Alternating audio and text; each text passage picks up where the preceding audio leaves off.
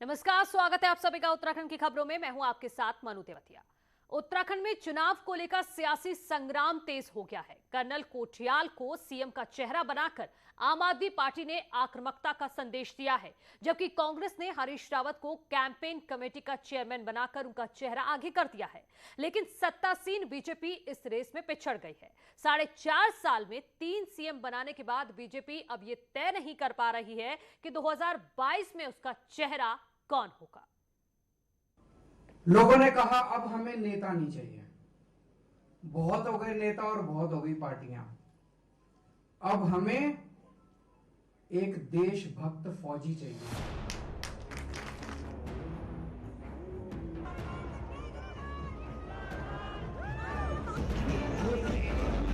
अरविंद केजरीवाल ने उत्तराखंड में नई सियासी लड़ाई का आगाज किया है। 2022 के लिए आम आदमी पार्टी ने कर्नल कोठियाल को कमान सौंपी है और उन्हें सीएम कैंडिडेट बनाया है। केजरीवाल की इस रणनीति से साफ है कि देवभूमि के दंगल में वह पूरे दमखम के साथ मैदान में उतरना चाहते हैं और आक्रामकता के साथ बीजेपी कांग्रेस से मुकाबला करने को तैयार हैं।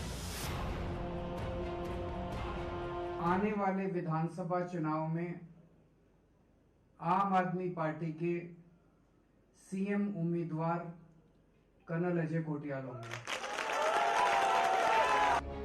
कर्नल कोठियाल को सीएम उम्मीदवार बनाकर आम आदमी पार्टी ने उत्तराखंड में ईमानदार राजनीति करने का संदेश दिया है।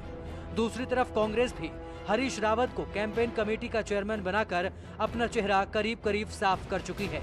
लिहाजा पूर्व मुख्यमंत्री मौके की नजाकत के हिसाब से अपना सियासी अनुभव दिखाने में कोई कसर नहीं छोड़ रहे। हमको तो जब बनाएंगे तब बनाएंगे, हम तो जो बनेंगे बनेंगे। उत्तराखंड के एक 1.25 करोड़ भाई बहन बनाएंगे और हम एक विकास के नमूने के रूप में जिसको एक अनुकरणीय मॉडल बनाया जाए उस रूप में उत्तराखंड को बनाएंगे। कांग्रेस का चुनाव अभियान हरीश रावत की अगुवाई में चल रहा है, जबकि बीजेपी फिलहाल उलझी हुई है।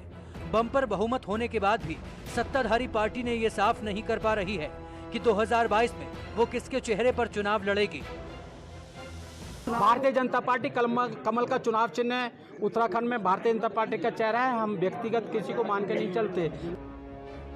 बीजेपी प्रभारी का बयान बताता है कि चेहरे का चक्कर सुलझा पाना अभी टेढ़ी खीर है। इन हालात में केजरीवाल की पार्टी और कांग्रेस फिलहाल फ्रंट फुट पर हैं।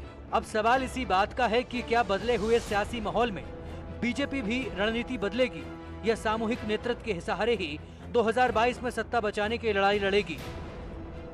Bureau report, news 18। केदारनाथ के कामों की प्रधानमंत्री मोदी ने आज समीक्षा की। करीब 43 मिनट तक पीएम मोदी ने केदारनाथ के कामों की समीक्षा की और काम में तेजी के निर्देश दिए। केदारनाथ मंदिर के पीछे छोटी दीवार बनाई जाएगी और ईशानेश्वर मंदिर के डिजाइन पर भी सहमति बन गई है। बद्रीनाथ और केदारनाथ में जल्द ही नए प्रोजेक्ट का शिलान्यास होगा। इसके लिए पीएम मोदी ने समय तय करने के लिए कहा है। पीएम मोदी वर्चुअल इसकी शुरुआत कर सकते हैं या फिर खुद प्रधानमंत्री मोदी आ सकते हैं। ईशानेश्वर मंदिर के पुनर्निर्माण पर सहमति बनी है। साथ ही साथ आस्था चौक पर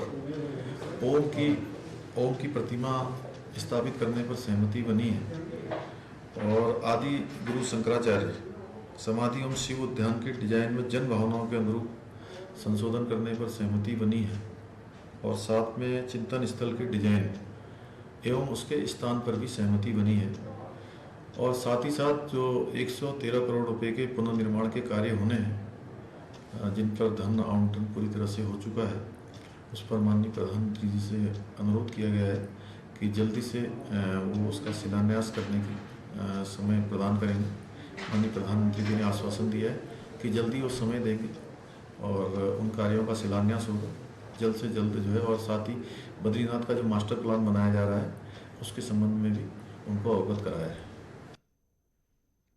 आगे बढ़ते हैं। अफगानिस्तान में फंसे उत्तराखंड के लोगों को लेकर सीएम ने